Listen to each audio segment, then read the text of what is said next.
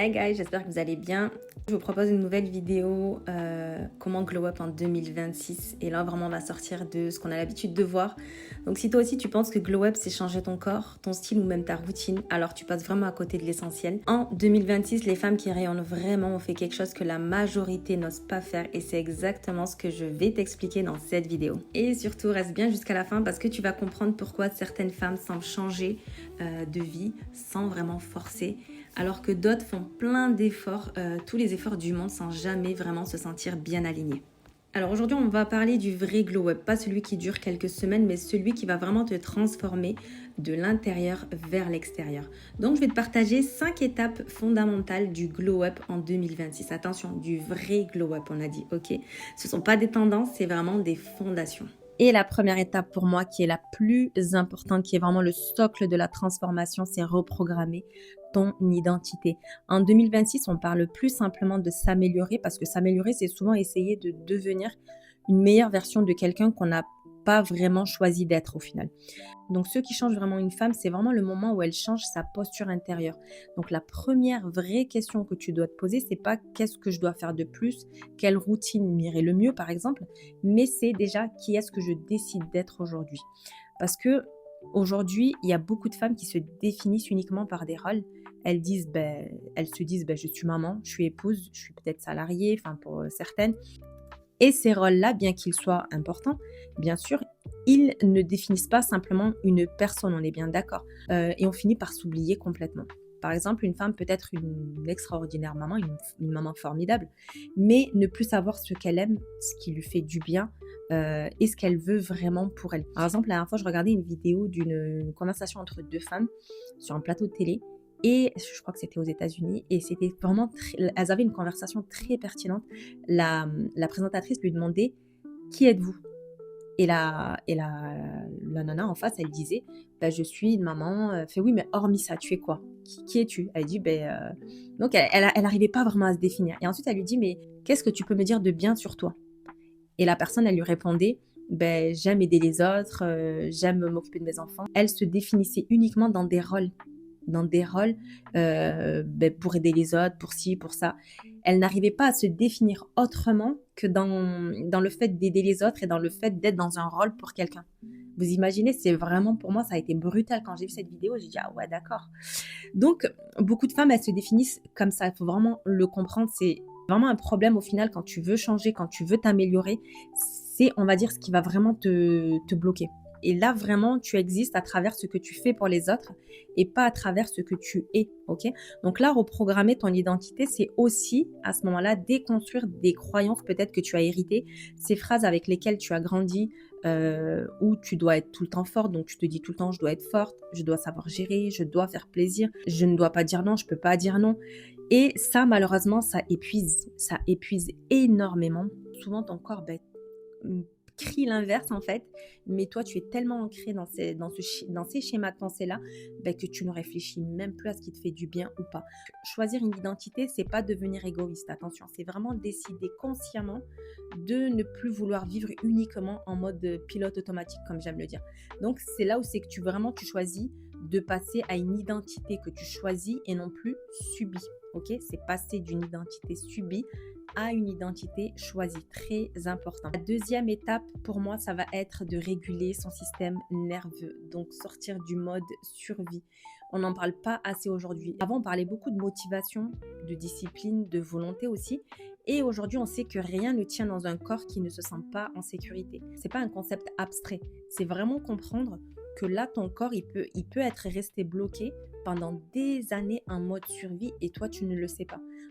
Donc, dans la vraie vie, le stress chronique ne ressemble pas toujours à des crises d'angoisse comme on peut le penser. Il ressemble souvent à être toujours pressé, à avoir du mal à se poser aussi, être irritable sans savoir pourquoi et penser en permanence à ce qu'il faut faire après. Voilà, tu es toujours dans l'action. Et là, beaucoup de femmes sont en hyper-vigilance. C'est des femmes qui surveillent tout, l'ambiance, les réactions des autres, les attentes aussi implicites parfois. C'est des femmes en fait aussi qui anticipent souvent sans cesse. Souvent parce que plus jeunes, elles ont appris que s'adapter était une façon de rester en sécurité. Donc ça, il faut vraiment le comprendre aussi. La suradaptation ne vient jamais de nulle part. Et c'est souvent, d'ailleurs, un mécanisme appris très tôt. Si je m'adapte, par exemple, ben, je ne dérange pas. Si je m'adapte, je suis acceptée. Si je m'adapte, je serai aimée, tout ça, tout ça. Mais à l'âge adulte, malheureusement, ce mécanisme, il épuise. Donc, réguler son système nerveux, concrètement, ça veut dire apprendre à envoyer un message différent à ton corps, lui dire « Ok, ça y est, souffle, tu n'es plus en danger. Tu peux ralentir volontairement. Quand tout te pousse à aller vite, ben, toi, tu ralentis. Tu respires avant de répondre, par exemple, aussi. Enfin, sois pas tout le temps dans l'action. Voilà, c'est ça que j'ai envie de dire. Sois pas tout le temps dans l'action. Essaie de ralentir dès que tu le peux, ralentis. Et bien entendu, ça passe aussi par le sommeil, dormir davantage sans forcément culpabiliser. Là, c'est vraiment de créer un espace intérieur pour que tes décisions plus justes puissent émerger. Troisième étape, on va parler de reprendre le pouvoir sur son énergie. Ça aussi, c'est très important. Beaucoup de femmes pensent qu'elles manquent de temps, alors qu'en réalité, elles manquent juste d'énergie et surtout d'énergie, j'ai envie de dire, parce qu'elles le donnent partout en fait. Donc là, reprendre son énergie, c'est commencer déjà par observer ce qui va te drainer. Certaines relations, certaines conversations aussi, certaines habitudes qu'on a et certaines pensées répétitives fatigue ton énergie, pompe ton énergie. Par exemple, si tu passes beaucoup de temps avec des personnes négatives qui se plaignent souvent, qui critiquent, qui minimisent aussi tes envies, ben, ton énergie va baisser, bien évidemment. Même si tu ne t'en rends pas compte tout de suite, ton énergie en prend un coup. Donc, tu peux commencer déjà par dire non sans te justifier. Ça, par contre, c'est vraiment la clé essentielle. Parce que quand tu te justifies trop, ben, c'est pas toujours pour expliquer, c'est souvent pour être validé par l'autre, ok? Donc là, moi, ce que je peux te conseiller pour protéger ton énergie, tu peux, par exemple, tu reçois un message, ben, tu décides de répondre un peu plus tard. Prends aussi à écourter des discussions qui te fatiguent. Si tu sens que là, ça t'épuise, ben, apprends à écourter et à t'en aller, pourquoi pas. Arrêtez de t'expliquer aussi pendant 10 minutes, ça, je pense qu'on le fait beaucoup. Donc là, l'idée ici, c'est pas de devenir dur, bien entendu, mais c'est simplement d'être aligné avec son intérieur. Et quand tu commences à respecter ton énergie, je te promets que tu deviens beaucoup plus stable, plus claire et surtout plus présente dans le moment. Et tu n'as plus besoin de forcer autant, ok? Ensuite, quatrième étape, pour moi, ça va être d'aligner le corps avec l'estime de soi. Ton corps n'est pas un problème à résoudre. C'est justement un baromètre de la relation que tu entretiens avec toi-même. Donc, ton manque d'estime ne se voit pas seulement dans le miroir, il se voit aussi dans la façon dont tu manges, dont tu t'habilles, dont tu te tiens aussi, dont tu prends soin de toi ou pas. Donc là, le but, ça va vraiment être d'aligner ton corps avec l'estime de soi. C'est pas, on cherche pas là la perfection physique, on cherche uniquement à prendre soin de son corps comme un espace précieux. Et ça peut passer par des choses très simples. Par exemple, tu marches régulièrement. La marche, je vous dis, elle est très importante. Le fait d'avoir du mouvement. Le mouvement appelle l'énergie et l'énergie appelle le mouvement, comme je vous dis souvent. Bouger aussi pour te sentir vivante, pas simplement pour te faire du mal. Donc faire du sport, te dépenser, faire des choses qui te plaisent tout simplement. Choisis aussi des vêtements dans lesquels tu te sens bien et jolie pour toi-même avant tout, pas des vêtements juste pour faire plaisir aux autres ou juste parce que c'est la tendance. Vraiment, c'est important de porter des vêtements dans lesquels on se sent bien. Ta posture extérieure, elle envoie un message. Elle envoie un message très clair aux autres. Voilà comment je me traite et voilà ce que j'accepte. C'est pour ça que c'est important de prendre soin de son apparence physique. Quand tu prends soin de ton corps, tu poses aussi un standard relationnel avec les autres. Tu montres inconsciemment aux autres comment tu veux être respecté. Et cinquième et dernière étape, s'autoriser une vie plus grande. C'est souvent, je trouve, à mon sens, l'étape la plus inconfortable parce que c'est s'autoriser une vie plus grande et ça peut vouloir dire aussi accepter que certaines relations changent et ça, c'est difficile. Parfois, des personnes sont très présentes quand tu vas mal, mais elles se montrent plus distantes quand tu commences à aller mieux, à te respecter, à évoluer. Alors bien entendu, c'est pas toujours de la méchanceté, mais parfois ton changement, il peut renvoyer à ce que les autres n'osent pas faire.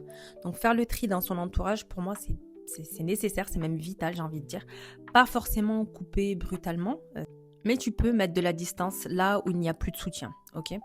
Certaines versions de toi doivent aussi mourir, oui.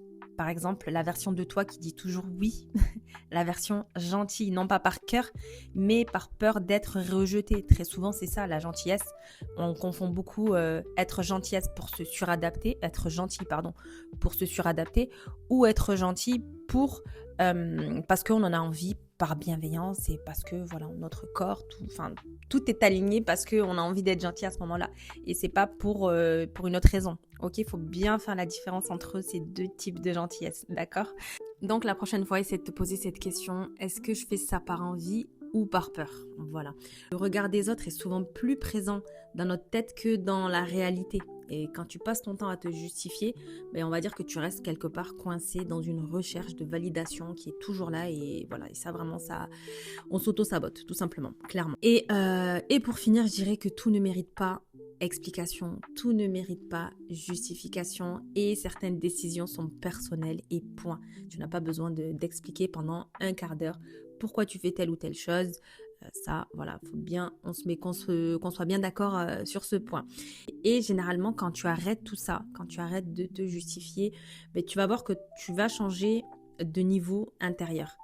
Tu vas voir que ton estime personnelle va prendre, on va dire, le lead et tu ne vas plus te retrouver dans des situations que tu n'auras pas choisies. Tu ne vas plus te retrouver dans des situations qui vont te pomper ton énergie. Donc, pour conclure, changer profondément, c'est pas ajouter une couche de plus à ta vie, c'est simplement enlever ce qui ne te correspond plus, tout simplement. Donc, ces étapes ne demandent pas d'être parfaites, elles demandent bien sûr d'être présentes, elles demandent d'être honnêtes aussi. Donc, honnête avec ce que tu ressens, honnête avec ce que tu ne veux plus surtout, et honnête avec la femme que tu as envie de devenir. Et surtout, rappelle-toi une chose, c'est que tu n'as pas besoin de tout changer d'un coup. Un choix différent répété chaque jour suffit simplement pour transformer toute ta trajectoire. Donc des micro-changements, des micro-actions répétées tous les jours font plus la différence qu'un gros changement radical qui ne durera pas et qui te fera revenir en arrière. D'accord ? Et j'espère vraiment que ces conseils t'aideront à y voir plus clair, à mieux te comprendre aussi et peut-être à reprendre ton intérieur en main à ton rythme bien sûr. Et si cette vidéo t'a parlé, n'hésite pas à liker pour me le dire et dis-moi juste en commentaire quelle de ces étapes tu as envie de travailler en premier ou alors celle qui te bloque le plus aujourd'hui et je lirai vos réponses avec attention. D'ici là, je vous dis prenez soin de vous et à très vite pour une prochaine vidéo. Bisous bisous.